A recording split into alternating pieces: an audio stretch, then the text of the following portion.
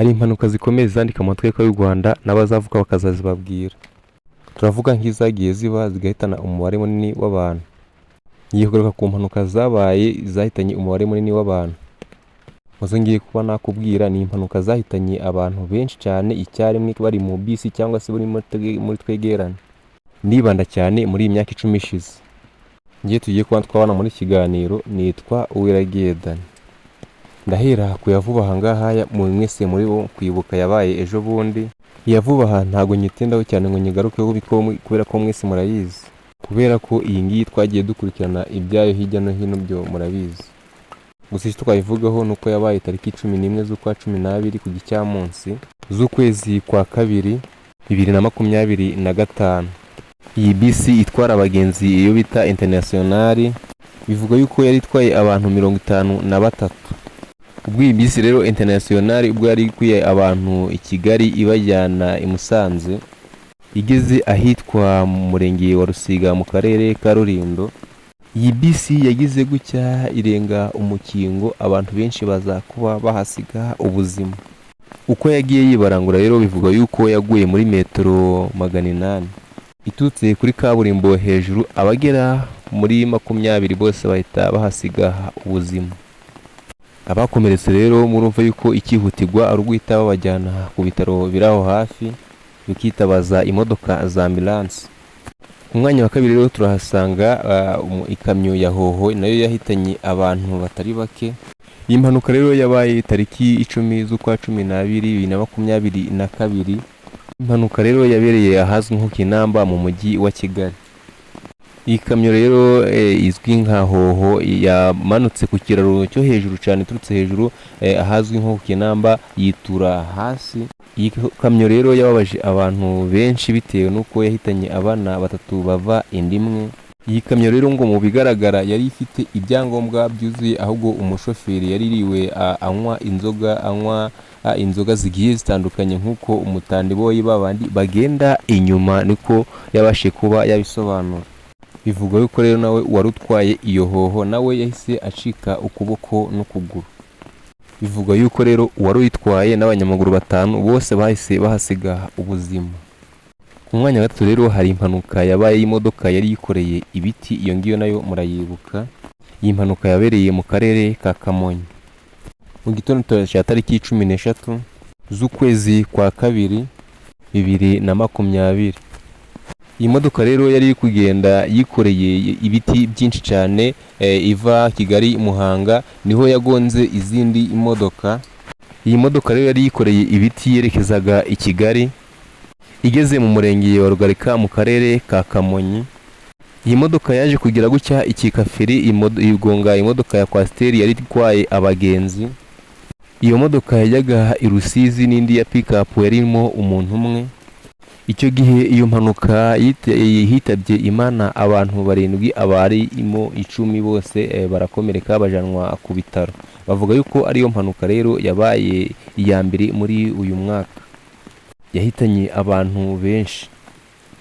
Ku mwanya wa kane rero turahasanga impanuka yabereye mu karere ka Karongi ubwo imodoka ya kwasiteri yibirinduraga.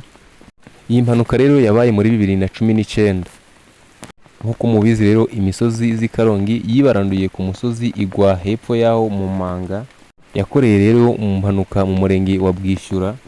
Iyi modoka yari ivuye mu karere ka Rusizi, bituma abari bayirimo bose bahasiga ubuzima.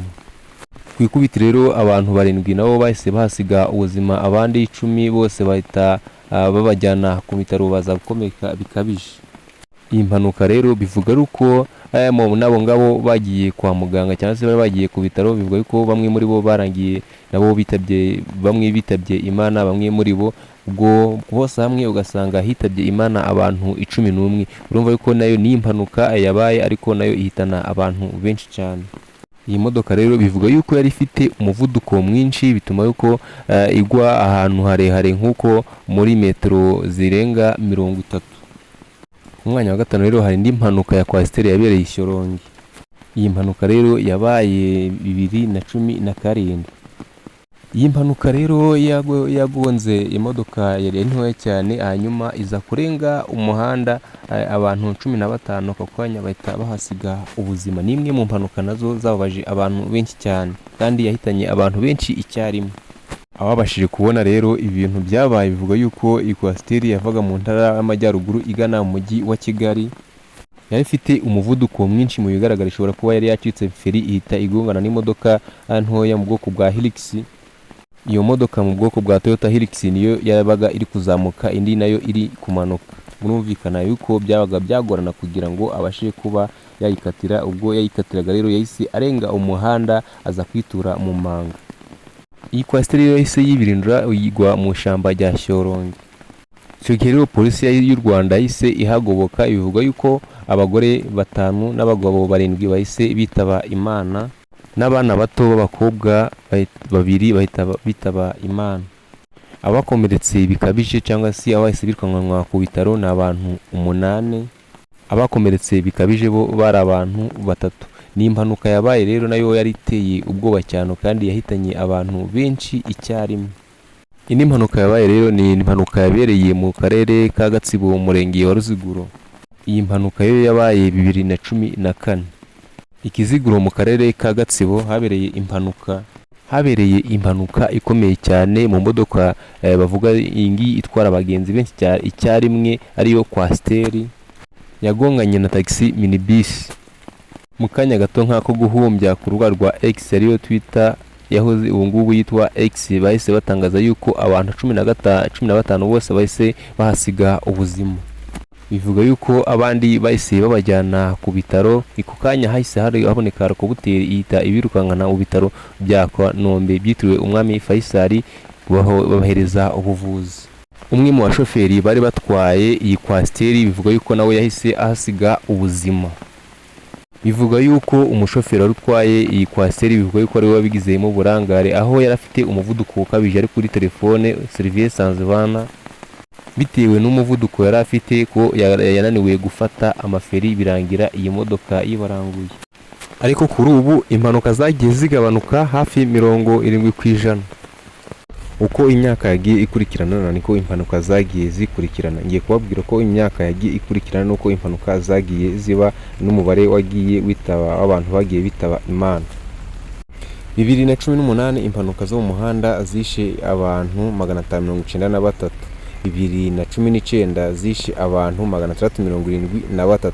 2020 impanuka zishe abantu 629. 2021 zishe abantu 655. 2022 zishe abantu 687. 2023 zishe abantu 555. 2024 zishe abantu 352. Nanone 2016 impanuka mu bwoko bwa kwasiteri mu karere ka Kamonyi, hari impanuka yabaye ihitana abantu 16 ako kanya bahita basiga ubuzima. Iyi mpanuka yabereye mu kagari ka Karengera mu murenge wa Musambira. Iyi mpanuka rero yabaye yari kwasiteri ivuye i Nyanza igana i Kigali, iza kugira ibyago hitana abantu benshi icyarimwe. Usibye abantu 11 bahasize ubuzima, 18 barakomeretse bajyanwa mu bitaro biraho hafi bihegereye. Abakomeretse bose rero babajyanye mu bitaro bya Kabgayi, nubwo hagiye harimo indembe z'abantu bagiye batandukanye. Ni nahangaha rero dusozereje, twifurize ababuze ababo muri izi mpanuka zigiye zitandukanye kuba bakomera, kandi nabo ngaba bitabye Imana ibahe iruhuko ridashira.